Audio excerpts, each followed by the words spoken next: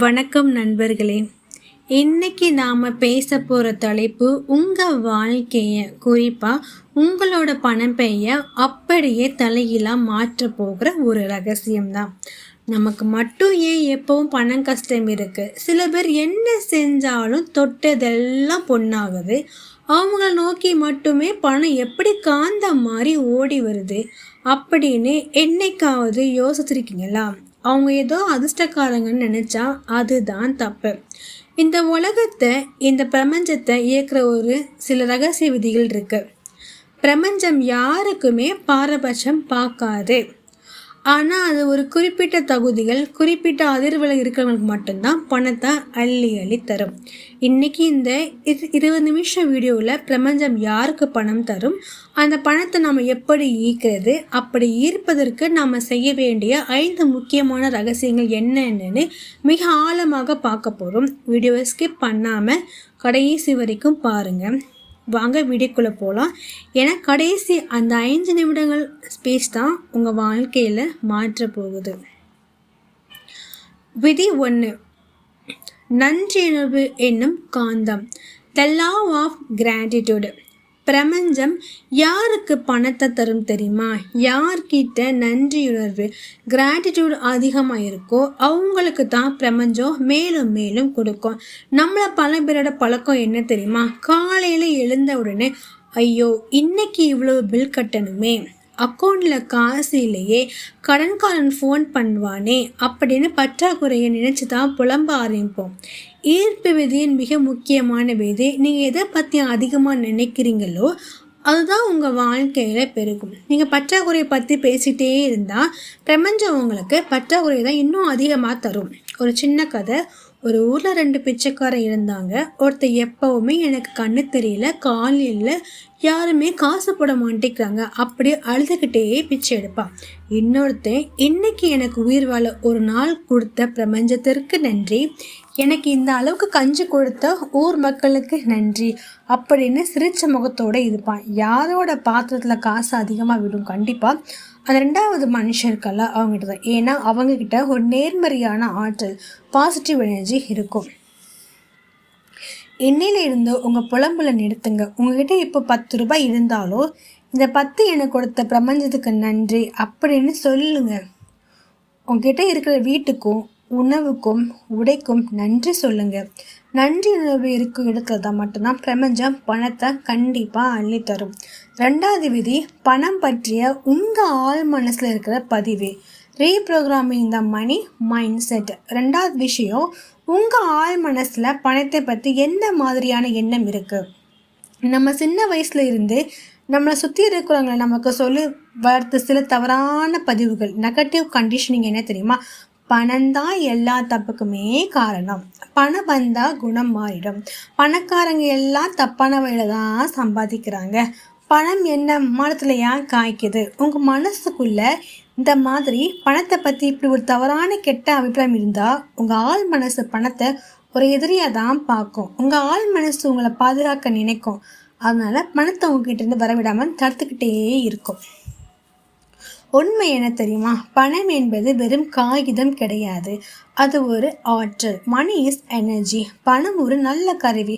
பணம் இருந்தால் உங்களால் நல்லா சாப்பிட முடியும், உங்கள் குடும்பத்தை நல்லா பாதுகாக்க முடியும், அதுக்கும் மேலே 4 பேருக்கு உதவி செய்ய முடியும்.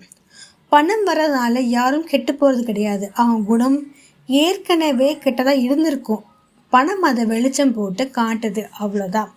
பிரபஞ்சம் பணத்தை ஒரு நல்ல ஆற்றலாக, மற்றவங்களுக்கு உதவக்கூடிய ஒரு ஆயுதமாக பார்க்குறவங்களை நோக்கி மட்டும்தான் பணத்தை அனுப்பும். பணத்தை நேசிங்க, அது உங்களை நோக்கி நேசிக்கும்.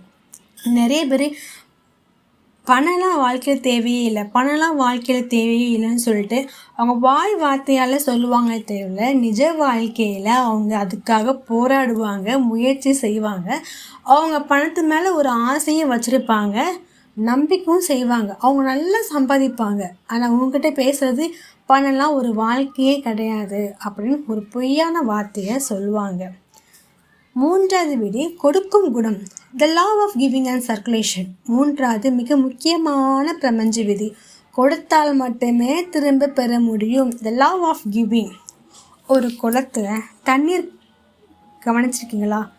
வர தண்ணீர் அப்படியே தேக்கி வச்சா கொஞ்ச நாள் அது பாசி பிடிச்சி நாற்றை எடுக்க ஆரம்பிச்சிடும். ஆனால் ஓடுற நதி எப்போவுமே சுத்தமாக இருக்கும். ஏன்னா அது தண்ணீரை தேக்கி வைக்கிறதே கிடையாது, கொடுத்துக்கிட்டே இருக்கும். அதுபோல தான் பணமும். பணம் என்பது சர்க்குலேஷனில் இருக்கணும். சில பேர் இருப்பாங்க, எவ்வளோ பணம் இருந்தாலும் கஞ்சத்தனமாக பூட்டி வைப்பாங்க. தகுதி உள்ளவங்களுக்கு கூட உதவி செய்ய மாட்டாங்க.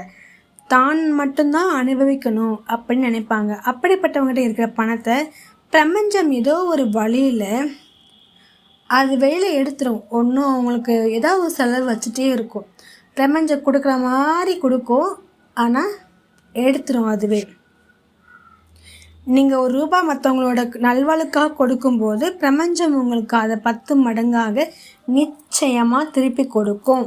பணம் மேலே அன்பு வைங்க.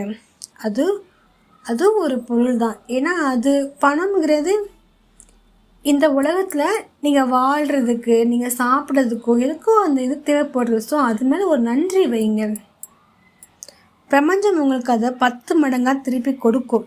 அதனால் பெரிய பெரிய கோடீஸ்வரங்க எல்லாருமே உதவி பண்ணால் செய்வாங்க. உங்களை பொறுத்த வரைக்கும் அவங்க உங்களுக்கு உதவி பண்ணாமல் இருக்கலாம், ஆனால் உங்களுக்கு தெரியாமையே அவங்க நிறைய பேருக்கு உதவி செய்வாங்க. அந்த உதவினால தான் அவங்க பணம் சேருது. நீங்கள் நினைப்பீங்க, உதவியே பண்ண மாட்டேக்கான் ஆனால் அவனுக்கு பணம் சேருது அப்படின்னு நீங்கள் யோசிக்கலாம்.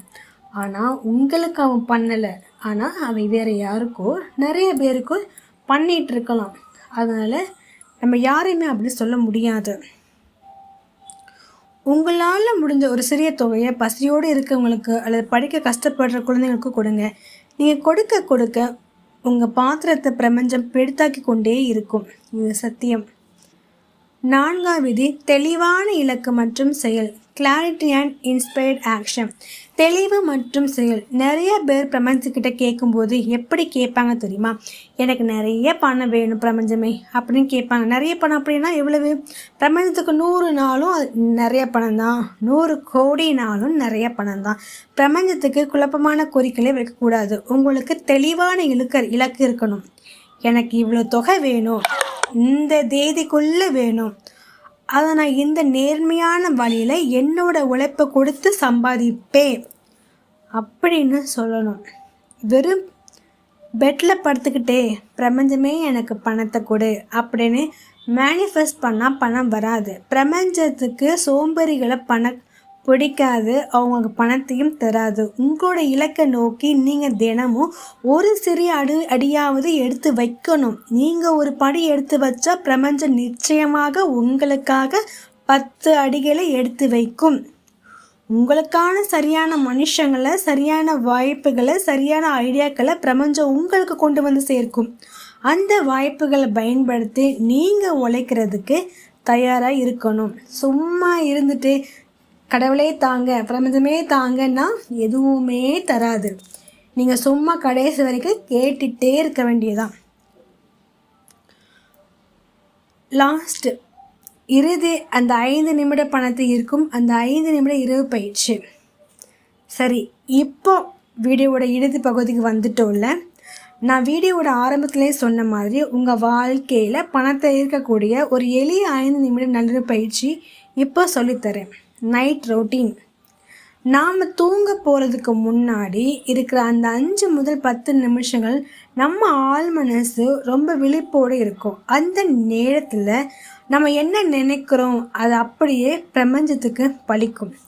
என்ன செய்யணும்? தூங்க போகிறதுக்கு முன்னாடி மொபைல் ஃபோனை தூர வச்சுடுங்க.